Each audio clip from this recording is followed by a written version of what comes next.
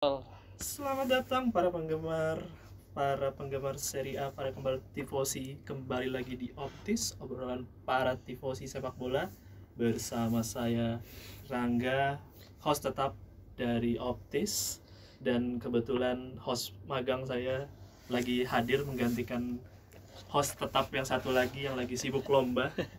Siapa Bapak nih? halo, ada gua Aldi di sini. Hari ini kita kebetulan karena sebelum mulai match Serie A, kita kayaknya pengen bahas sedikit nih sebelum mulai. Yoi. Kalau menurut lu gimana nanti ya ke pembahasan kita ke depan, kurang lebih bahas ya gimana lah apa yang terjadi nanti di either di minggu pertama atau mungkin di musim inilah ya, gambaran utamanya lah ya. Ya. Kira-kira yang mau kita bahas dulu apa nih Bapak Aldi nih? Apa ya? Karena ini kan udah ya nggak bukan hamin seminggu lagi nih, udah hampir Iya.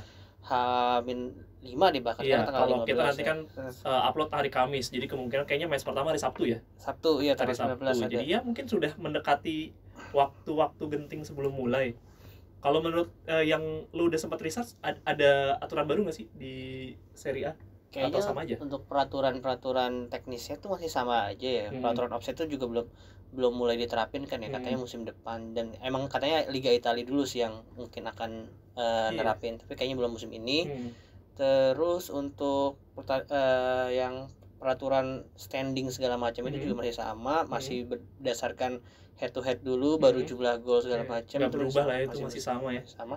Cuman dari yang gue baca tadi barusan, ada di musim ini akan ditiadakan Christmas break. Jadi Christmas akan break. ada Christmas game. Karena kan biasanya kan kita di Italia itu tanggal 24 ya, 24 23 tuh udah pertandingan terakhir, mulai lagi Januari tanggal 5 biasanya kan. Ya. Iya gitulah. Jadi ada mirip kayak di Ingglis dong, Boxing Day. Iya, ada Boxing Day-nya. Ya. Kasihan para pemain disuruh kerja terus-terusan ya.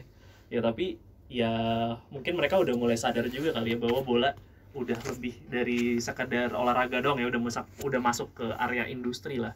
Iya, mungkin itu salah satu alasannya ya mereka akhirnya di musim ini nggak maksudnya ada mengadakan Christmas game atau Boxing Day itu. Mungkin ya salah satunya untuk jadi hiburan juga di akhir tahun para masyarakat juga ya. Iya. Dan juga kan memang pendapatan di streaming juga lumayan kan, pasti mereka juga nggak mau missing out di situ, karena setahu gue memang streaming itu lumayan gede pendapatannya di bulan-bulan Desember. Di YouTube, ya pokoknya di media sosial yang sifatnya OTT itu memang di Desember itu salah satu penghasilan terbesar mereka lah. Di Europe ya, di Indo mungkin nggak terlalu berasa. Mungkin ya budayanya kan mereka di akhir-akhir tahun itu mereka pada ngumpul semua, karena musim dingin juga kan. Jadi ngumpul keluarga nonton film atau nonton ini, ada tontonan sepak bola, jadi mereka bisa kumpul-kumpul sambil nonton bola Serie A gitu. Iya. Ya mungkin kalau secara Serie A kurang lebih itulah ya yang mungkin akan jadi pembeda di tahun-tahun sebelumnya, mungkin masalah Christmas break-nya ditiadakan gitu kan. Iya, soalnya kalau masalah uang juara, uang menang itu kayaknya masih sama-sama aja. Terus untuk dia masih sama segitu. Terus ya peran operator Serie A-nya juga masih gitu-gitu aja sih menurut gue juga. Kayaknya aturannya juga jarang bener-bener breakthrough banget ya. Belum ada yang ya dari lu bilang breakthrough tadi. Terus mungkin ini kan kita udah tahu semua nih, banyak pemain-pemain bintang yang akhirnya yang musim kemarin bermain di Serie A dan musim ini udah dilepas ke tim luar Serie A nih. Salah satunya dari tim gue sendiri ya, ada Onana, ada Brozovic, Lukaku. Nah menurut lu gimana nih banyaknya pemain-pemain bintang yang keluar? Eksodus pemain Serie A. Ya bukannya itu hal yang biasa yang tiap tahun kita terima lah ya. Ya di Milan ada Tonali, di Napoli ada Kim Min-jae, ya Zielinski gimana? Zielinski juga kemungkinan eksodus ke Arab juga ya. Jadi ya kalau ngelihat itu sih gue nggak terlalu heran ya, maksudnya ngelihat secara pendapatan Serie A juga tim-timnya nggak gede, terus tim-tim yang pemain-pemain yang pergi juga ya memang nggak salah-salah amat lah, karena memang balik lagi kebutuhan dapur untuk ngebul sih make sense ya. Jadi menurut gue sih ya normal-normal aja. Tapi ya kalau ngelihat dari persiapan tim-tim Serie A sih menurut gue yang paling proper sampai saat ini, yang benar-benar jor-joran ya cuma AC Milan sih ya. Iya betul. Ya kayak Napoli pun juga sampai saat ini pembeliannya cuma nambel pemain-pemain yang pergi. Zielinski pergi, kemungkinan Gabri Veiga masuk dari Celta Vigo ya. Terus Jan Juste itu dari Ligue 1 itu juga kayaknya buat nambel atau buat jadi backupnya Lobotka di sisi defensive midfielder. Dari Stade sih dia, dari yang main Swedia itu betul dari pemain Swedia. Terus juga back ngegantiin Kim Min-jae juga udah masuk dari Brazil, Nathan. Jadi Nathan, Napoli transfernya juga pasif, maksudnya hanya membeli pemain-pemain yang dibutuhin aja. Juve juga kurang lebih sama ya, kayak misalkan Timothy Weah, cuma ya pembelian yang dirasa cukup untuk nambel aja. Mungkin kalau yang kelihatan agresif, gue cukup lihat ada dua lah ya, mungkin ngomongin Monza sama Milan emang paling aktif karena mungkin sama dulu ownernya, karena mungkin sama kali ya, juga yang mainnya sama kali ya. Iya. Kalau Milan berapa udah 6 terakhir udah susah setahu gue. Gua udah nggak hafal sama sekali. Dan Chukwueze itu kan juga kayaknya bukan transfer terakhir yang gue inget. Masih ada transfer lagi dari situ. Inter juga cukup banyak sebenarnya, tapi maksudnya berbanding lurus dengan pemain-pemain yang pergi sebenarnya kan. Betul. Banyak banget pemain-pemain yang udah menginjak usia peak performance-nya udah lewat lah ya. Kayak D'Ambrosio pindah ke Monza, Handanovic perpanjang. Enggak, cabut juga. Dia banyak banget kan berarti kan. Ada berapa pemain yang cabut? Ada Handanovic, Kordas, kiper ada 3, terus Brozovic, Skriniar, Lukaku 6. Ya kurang lebih pemain intinya 6 sih. Berarti benar-benar nanti musim Serie A 2023-2024 6 pemain starter kemungkinan bakal berubah tuh ya. Sorry, bukan starter, maksudnya 6 pemain yang biasanya di skuad utama lah ya. Skuad utama. Ya kiper udah pasti ganti. Ini jadi Jan Sommer. Dari sektor belakang kemungkinan ada perubahan nggak? Ada tuh. Jadi Darmian ya mungkin musim kemarin udah mulai sih. Cuman kan akhirnya jadi Darmian yang tadinya sebagai plot backup jadi utama. Di sayap kemungkinan sih enggak lah ya, sayap masih normal. Gelandang yang kayaknya gelandang bakal berubah juga. Sektor serangan juga pasti backupnya dari tandemnya Lautaro pasti berubah juga. Kemungkinan Marcus Thuram ya. Jadi ya kalau ngelihat persiapan tim-tim gede sih sebenarnya kalau gue lihat kayaknya yang lebih mature, yang maksudnya secara transfer lebih bersiap Milan. Tapi ya menurut gue sih bersiap itu bukan berarti paling proper sih kalau gue ngelihat ya, malah justru Milan masih di ranah transfer maruk kayaknya, transfer kalap. Iya, misalnya ya kayaknya dia hampir 6 atau 7 gitu, dan harganya memang lumayan, bukan yang terlalu mahal juga sih, rata-rata 20 jutaan. Tapi ya lumayan dong, hitungannya transfer yang biasanya diplot untuk pemain utama kan, kisaran segitu kan. Napoli juga ngelakuin transfer kurang lebih 20-30 juta euro per pemain gitu, jadi ya gua nggak tahu nanti skemanya Pioli bakal gimana. Ini harusnya kalau ada Reja enak nih kita bulinya nih, tapi karena lagi ambisius, lagi kompetisi dia di kantornya, jadi ya sudahlah kita ikhlaskan. Ya kalau Lazio dan Roma sendiri gimana nih? Menurut gua justru Lazio yang cukup, ya gua nggak ngelihat banyak transfer yang mega bintang lah. Terakhir yang gua denger kan Berardi udah santer sana sini, ternyata akhirnya juga nggak jelas. Akhirnya juga Berardi nggak pergi. Tapi menurut gue yang gue lihat punya transfer strategis sih Roma sama Fiorentina ya. Betul. Roma sama Fiorentina menurut gue ngelakuin beberapa transfer strategis. Justru kayak Roma itu udah ngelakuin deal transfer itu di bulan Maret April mereka udah dealin beberapa pemain gratisnya gitu. Dan kayaknya nggak ada pemain yang dibeli ya. Maksudnya pakai biaya transfer ya di Roma kan. Semuanya seingat gue itu pemain free transfer. Iya, mungkin free transfer sama atau loan dengan opsi tebus. Iya. Tapi memang ya gue ngelihatnya sih kayaknya Roma ngelakuin pembenahan dengan beberapa transfer strategis, tapi masih menurut gue belum bisa dibilang jadi title contender lah. Tapi ya lihat nanti lah, kan Mourinho selalu punya magisnya sendiri kan. Kalau Fiorentina yang gue bener-bener perhatiin banget setelah Arthur cabut, jadi transfer domino tuh. Fernandes ya dari cabut ke Gonzalo Ramos ke PSG, lalu Arthur Cabral pindah ke Benfica, terus Fiorentina ngambil Mbalazola yang menurut kita juga kan salah satu striker yang lumayan oke lah kemarin di Spezia juga lumayan oke. Jadi gue cukup penasaran tuh nanti Mbalazola gimana cara ngefitnya jadi banyak striker gila juga nanti di Fiorentina kan. Jovic ada, Mbalazola ada, terus mirip-mirip juga lagi. Bobakar juga kalau nggak salah tuh. yang striker yang udah nggak muda sih, zaman dulu muda sih. Ya terus kalau balik lagi ke Lazio juga setahu gue cuman yang pemain Jepang itu yang Daichi Kamada yang tadi katanya mau ke Napoli, mau ke Milan, mau ke sana mau ke sini, nggak jelas, ujung-ujungnya diembatnya sama Lazio ya. Tapi tapi kalau ngelihat Lazio juga udah banyak pemain yang udah ngelewatin performance terbaiknya lah, kayak musim lalu striker andalan Ciro Immobile juga biarpun banyak cedera ya, tapi ya nggak terlalu berkembang juga. Banyak gol-gol yang kejadian itu justru dari lapangan tengah. Milinkovic Savic dari Luis Alberto. Milinkovic Savic juga sekarang udah pindah ke Arab. Ya gue udah belum paham sih nanti skemanya di musim depan Lazio bakal bertahan seperti apa. Mungkin dia masukin untuk dia kan ada Ciro Immobile bisa starter utama, dan kayaknya kemarin dia udah datangin striker ya cukup usianya masih cukup oke, 23 tahun atau 24 tahun dari New York City, namanya Tati siapa gitu pokoknya. Itu ya itu mungkin salah satu yang akan diplot jadi backupnya si Ciro ya, karena Ciro juga umurnya udah dan banyak cedera juga di musim lalu. Betul, apalagi kemarin cederanya yang cukup aneh juga kan, yang kecelakaan mobil kan sempat kan. Yang tangannya fracture, tapi ya sudah, musim lalu Immobile akhirnya juga nggak terlalu banyak perform. Pedro pun juga setahu gue habis diperpanjang kontrak 2 tahun setahu gue dari Lazio. Jadi ya itulah pemain-pemain yang mungkin wajah lama yang menurut gue juga sebenarnya nggak terlalu di akhir musim justru declining banget lah Lazio, yang diharapin bisa merangsak di atas banget, ternyata ya menurun juga gitu. Terus kalau lo ngomongin tadi kan kita ngomongin tim papan atas ya kita tahu lah tim papan atas punya modal yang lebih gede, capital yang lebih gede. Nah, gue justru lebih excited ngelihat tim-tim promosi nih.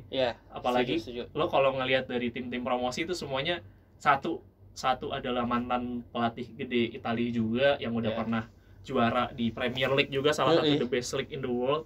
Terus 2 lagi ini mantan pemain terbaik, yang satu akhirnya resign sih. Yang satu resign, ada Fabio Grosso sama Alberto Gilardino gitu, dua-duanya mantan pemain gede. Tapi sayangnya Grosso akhirnya cabut, digantiin Eusebio Di Francesco kan dari Hellas Verona yang degradasi juga. Gitu. Jadi ya ngelihat, mungkin kalau gua highlight sedikit ya, kalau ngeliatin profilnya si Cagliari di musim ini, major transfernya itu major transfernya itu ada 2, Simon Scavet yang dulu di Udinese yang main di Cluj kalau nggak salah, di main di Liga di Romania ya. Dulu kan salah satu wonderkid juga tuh, seingat gua. Seperti Udinese sama Atalanta, Napoli pernah kan?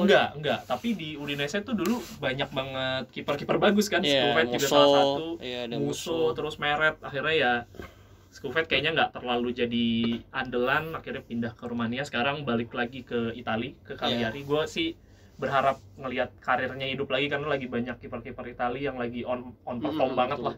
Berharap gitu. Sama itu strikernya Roma, Eldor Shomurodov kan pindah ke Cagliari juga. Jadi ya gue berharap sih dia bisa at least nggak langsung degradasi lah, karena Ranieri juga punya strategi, memang dibilang ngomongnya strateginya simpel, tapi ya buktinya berhasil bawa Cagliari naik kan.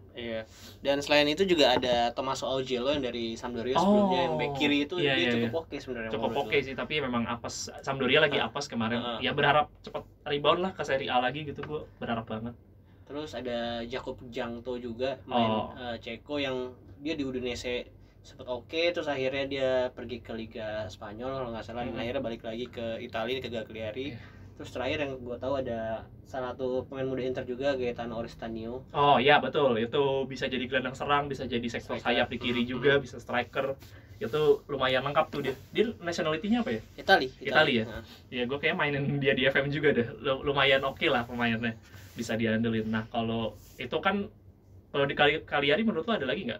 So far sih yang gue highlight sih. Itu yang major sih itu. Dan kalau kita geser ke Genoa, ini yang justru lebih menarik kalau gue pengen bahas banget nih Genoa, karena striker yang diperebutkan sama tim-tim papan atas yang dari Argentina malah cabutnya ke Genoa. Cuma 12 juta lagi. Cuma 12 juta. Retegui itu menurut gue perpindahan tapi gue cukup mengerti keputusan transfernya dia, karena banyak banget sebenarnya kalau lo inget kejadian-kejadian striker-striker yang dianggap bakal jadi the next itu Lo inget Gianluca Lapadula, terus ada pokoknya gue inget dulu juga awal-awal Ciro Immobile di awal juga salah satu yang dianggap flop kan kepada saat dia pindah ke Dortmund, kepindahan yang nggak tepat gitulah. Ya mungkin akhir-akhir ini yang paling tepat ngomongin Scamacca. Ya mungkin dia juga cari aman kali ya, ngelihat menit bermain yang bisa didapetin, terus juga secara skema mungkin mirip sama yang dibutuhin. Jadi ya kepergiannya ke Genoa, gue sih gue cukup bisa paham lah. Tapi yang gue nggak bisa paham kenapa harus tim promosi gitu. Masih ada Sassuolo, masih ada mungkin Salernitana atau Monza yang menurut gue harusnya lebih stable gitu dibandingkan tim promosi Genoa. Dan kemarin dia langsung ngebuktiin performanya di Coppa Italia ya. Menang 4-2 kalau nggak salah, dan dia langsung golin di detik ke-30. First touch-nya dia langsung jadi first goal. Tapi emang menurut gue salah satu striker yang punya kecepatan juga ya, mainnya ya mirip-mirip di Natali kalau gue ngeliat. Gue ngeliatnya itu ya di Natali masa muda ya. Cuman ya tapi kayaknya striker model Retegui itu memang lagi banyak di sekarang kan, kayak Giotto, terus juga Raspadori, lagi banyak banget kita punya striker Italia itu yang pendek, akselerasi bagus, tapi punya finishing touch-nya juga yang bagus juga. Sih. Terus menurut gue satu lagi pemain kebanggaan Reza nih sebenarnya, Junior Mesias. Dia tersingkir dari squad sih kalau menurut gue, karena banyak banget pemain sayap yang datang ke Milan musim ini. Iya, maksudnya itu logika sederhana, lu makin banyak numpuk pemain juga pada akhirnya kan pada cabut semua kan. Kemungkinan juga Rade Krunic juga bakal keluar katanya kan. Tapi ya gue nggak tahu kemana. Tapi ya Junior Mesias tuh gue masih menganggap dia cult hero lah, karena dia starting dari bawah, bener-bener starting karir dari nol, dari kuli panggul kan, bener-bener kan. Terus bisa jadi pemain ternama Serie A, ngangkat trofi Serie A. Dia jadi salah satu kunci kemenangan dulu lawan Atletico Madrid di Champions League sebelum akhirnya lolos di 16 besar, diobok-obok kan. Tapi maksud gue itu susah loh, kita nyari cult hero itu tuh susah, dan Junior Mesias tuh salah satu yang bisa ngebuktiin lah. Ya gue berharap di Genoa-nya Gilardino juga bisa comeback lah di ke posisi sempurnanya di awal pada saat masuk Milan gitu. Setuju. Lu ada pemain highlight lagi nggak yang lo lihat di Genoa? Ada salah satu pemain favorit gue yang tadi di Venezia, itu Mattia Aramu. Mattia Aramu. Itu kaki kirinya magical sih. Dia pernah golin ke gawang Inter juga kalau nggak salah pakai kaki kirinya itu.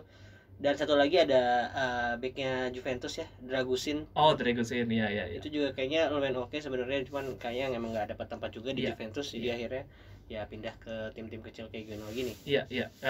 Yang gue lihat sih ada satu pemain lagi sih, kiper Josep Martinez yang diambil dari Leipzig. Gue nggak tahu ini bakal dipakai untuk pertarungan kiper utama atau memang diplot jadi kiper utama, karena nilai transfernya juga nggak terlalu murah juga. Jadi ya gue nggak tahu lah nanti dia bakal segimana kepakainya. Nah kalau masuk Frosinone yang tadi Alberto Grosso Fabio Grosso pensiun lewat WhatsApp itu akhirnya diganti sama Eusebio de Francesco. Tapi sebenarnya kalau ngelihat dari transfer mekanismenya juga nggak terlalu banyak yang bagus. Gue justru cuma ngelihat ada Stefano Turati, kipernya Sassuolo juga. Gue lihat tuh nggak banyak yang gue kenal, dan gue rasa bukan pemain yang sering malang melintang di Serie A gitu. Betul. Kayaknya juga dia ngambil transfer anchornya justru ngambil dari Serie B. Nah, menurut gue salah satu yang gue highlight sih memang Stefano Turati, salah satu wonderkid juga lah di FM, dan juga memang di Sassuolo musim kemarin nggak terlalu banyak tempat karena diambil sama kiper Konsili. Iya, sama Konsili yang sebenarnya banyak kebobolan juga musim lalu, kebobolan yang aneh-aneh. Tapi ya mungkin karena masih muda kali ya, belum terlalu banyak dapat menit bermain. Ya gue berharap sih Turati di musim ini sama Eusebio Di Francesco bisa dimaksimalin gitu. Karena gue nggak terlalu lihat banyak transfer yang gede, dan pemain-pemain yang gue lihat bisa nonjol banget sih. Gue berharap sih ya gue bisa ngelihat Carnesecchi reborn lagi kayak musim kemarin di Cremonese gitu. Kalau gue lihat dari Frosinone justru ada satu pemain yang menarik, tapi gue nggak tahu juga nih profilnya gimana. Itu ada Marvin Cuni dari Bayern Munchen 2 dia di loan. Lu ada pernah lihat gamenya atau gimana? Sayangnya belum. Gue juga sebagai pemain FM gue nggak pernah melihat dia malang melintang gitu. Ya mungkin di Bayern 2 di musim lalu mungkin dia salah satu yang cukup oke. Nah makanya ini gue nggak terlalu yakin sama Frosinone sebenarnya di musim ini, karena ngeliat kebijakan transfernya juga agak unik ya dibandingkan tim-tim lain yang ngelakuin major transfernya tuh bener-bener pemain yang punya pengalaman di Serie A, pemain-pemain yang punya jam terbang at least, atau pemain-pemain tua yang memang udah punya malang melintang di tim-tim lain lah. Jadi justru ngambil pemain-pemain muda yang minim pengalaman, dia gua nggak tahu pengen dibentuk atau diharapkan jadi starting line up di musim ini. Iya. Dan gua rasa kalau kita lihat dari segi transfer dan squad yang ada saat ini, dari ketiga tim promosi sih kayaknya Frosinone yang paling besar kemungkinan akan balik lagi. Pulang duluan. Ya gue sebenarnya gue sayangkan sih kemarin Fabio Grosso tuh pada akhirnya dia resign dari Frosinone, padahal 2 musim seingat gue dia di sana. Musim yang kemarin itu salah satu yang spektakuler karena juaranya itu promosinya otomatis kan, posisi 1 seingat gue. Frosinone itu setahu gue juara 1. Jadi dia otomatis promosi, dan itu kan playoff lagi ya. Iya, dan maksud gue kenapa lo harus, ya bisa jadi karena kebijakan transfer atau nggak cocok dengan manajemen, itu yang gue belum sempat research lagi, tapi ya feeling gue kayaknya jadi tim pertama yang harus pulang lagi ke Serie B sih. Oke. Kalau menurut lo, dari kan kita udah ngomongin tim papan atas udah, tim papan bawah udah, terus kalau lo harus fokus ke area tim-tim yang harus teman-teman sekarang nih yang mesti nonton selain tim-tim gede, menurut lu siapa? Ya masih sama kayak musim kemarin sih, kan kita sempat bikin episode terakhir yang bahas Serie A juga ya masih sama di Monza sih. Sama gua, orang banyak yang bilang karena kehilangan Berlusconi membuat Monza bakal kembali ke setelan pabriknya, maksudnya ya dengan kebijakan transfer yang ala-ala sama yang mungkin ya jadi tim yoyo lagi gitu. Tapi menurut gue kayaknya enggak deh, ngelihat dari kebijakan transfernya musim ini cukup berani, ngambil Gianluca Caprari juga diambil, Matteo Pessina dari Atalanta juga lumayan pembeliannya 12 juta euro. Terus juga Pablo Mari yang diambil dari Arsenal.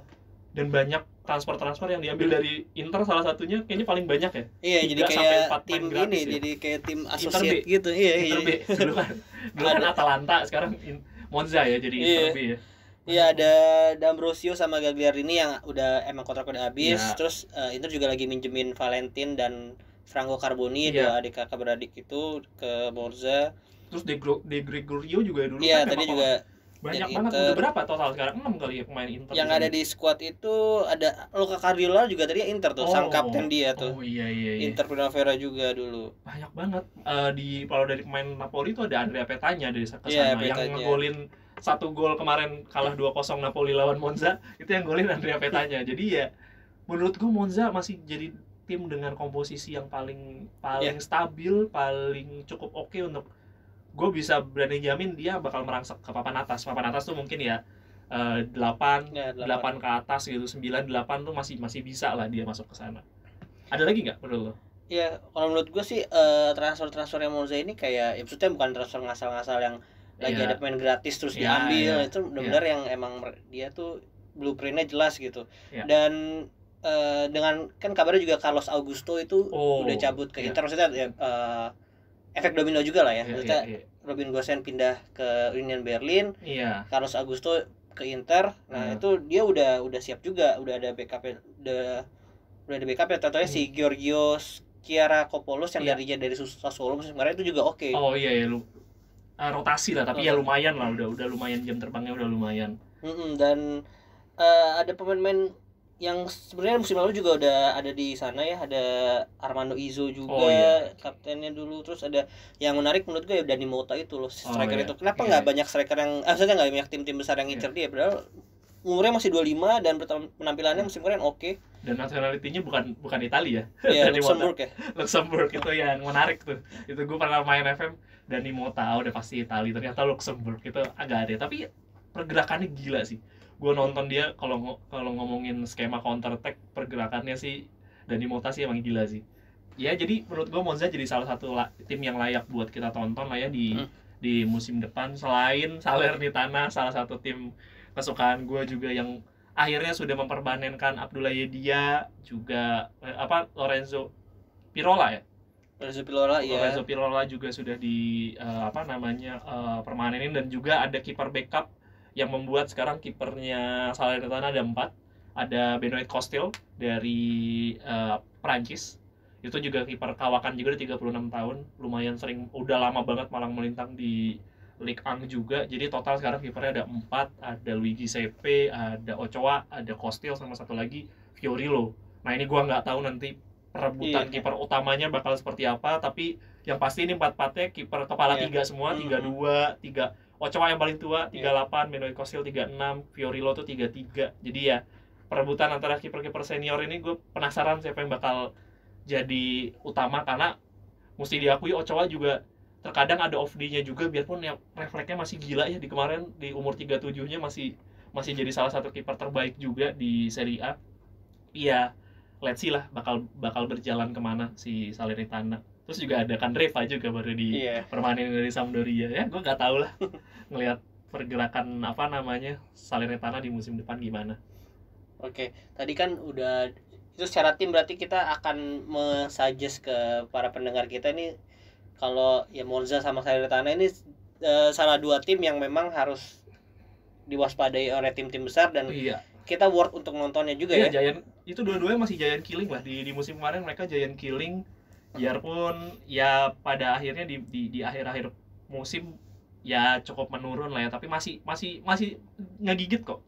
Mereka masih cukup ngegigit. Ya mungkin gue tambahin satu, mungkin Genoa kali ya.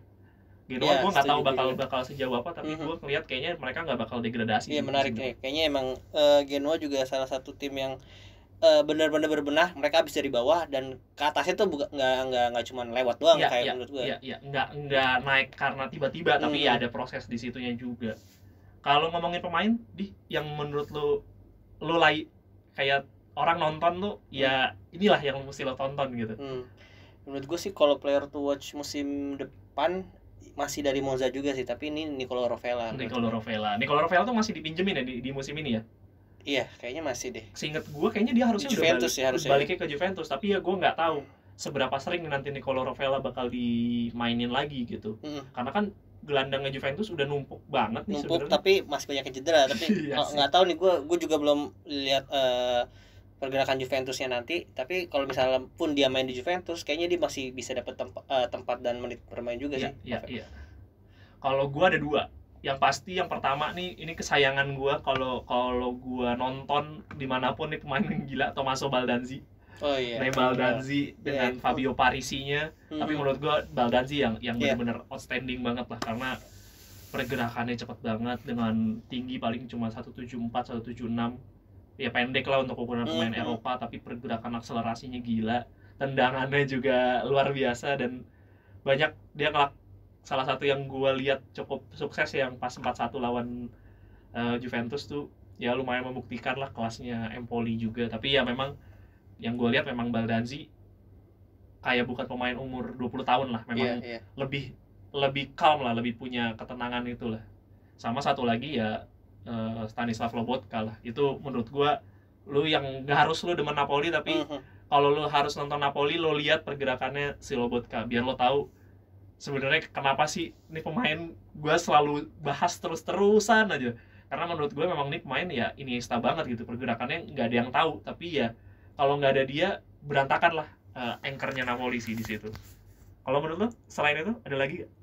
Selain itu justru gua kayak mau balik ke ini deh, ke timnya lagi deh, soalnya gue lupa tadi.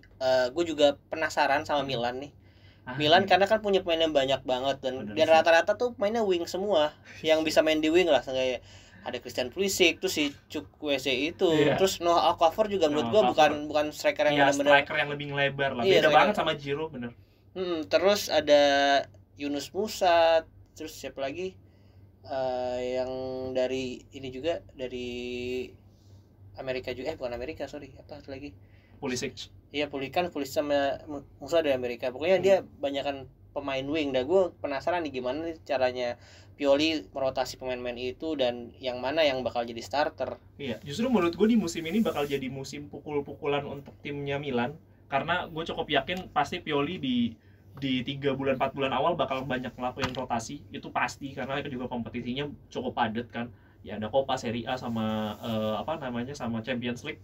Ini udah pasti mereka bakal ngelakuin rotasi, heavy rotation lah, untuk nentuin di Januari ke depan siapa yang akan jadi tim utamanya di Milan gitu. Dan ini juga jadi pertaruhan untuk pemain-pemain yang pindah ke Milan juga. Segimana mereka bisa perform dengan harga yang mereka bayar. Nah itu yang gue cukup penasaran, dan apakah nanti Bennacer kembali dari cedera tetap dapat tempat atau enggak. Nah itu juga gue sebenarnya cukup penasaran, tapi ya gue bisa berani jamin sih mungkin Milan di 3 bulan awal lu nggak bakal bisa lihat Milan yang sesuai dengan ekspektasi kalian lah. Akan banyak tambal sulam yang dilakuin sama Pioli untuk nyesuaiin permainan dengan taktiknya juga sih. Gitu. Jadi ya so far mungkin itulah ya. Ya so far mungkin itu highlight kita lah ya untuk Italia di Serie A di musim 2023-2024. Ya gue berharap sih nggak harus semuanya sama persis dengan yang kita omongin, tapi gue berharap bakal lebih menarik lagi dibandingkan musim kemarin. Musim ini tetap disiarin di video ya? Masih ada ya di BIN? Sementara masih di video, gue cek sih masih ada sih. Harusnya kita masih bisa nonton ini di platform video juga. Dan gue juga berharap kayaknya di lebih stabil. Kayak terakhir gue di video juga sering banyak problem juga. Tapi kayaknya gue terakhir nonton Premier League sih aman sih. Jadi gue berharap harusnya kita bisa nonton sampai akhir musim lah. Jangan lupa subscribe video teman-teman. Ya, langsung setahun kalau gua nggak salah gua cek tadi, kalau untuk yang di luar IPL itu 229.000 doang kok. Oh oke. Kayaknya kalau bulanan setahu gue sih 100-an sih. Kayaknya udah naik gitu harga subscription-nya. Tapi ya jangan sering-sering nonton yang free karena bantulah tim kita juga supaya bisa tetap dapat pemasukan dari environment yang legal lah ya, bawa dari streaming service yang legal. Jadi ya mungkin itu aja kali ya untuk teman-teman yang mau dengerin kita di platform-platform lain. Kita sekarang udah expand juga, udah masuk TikTok juga, udah masuk YouTube juga. Kita udah masuk di platform-platform di luar dari platform audio juga. Jadi ya mungkin kalau teman-teman punya waktu pengen lihat ada konten video juga, mungkin teman-teman bisa lihat ke sana ya. Oke, mungkin itu aja. Thank you teman-teman. Thank you, dadah. Bye. Setengah jam.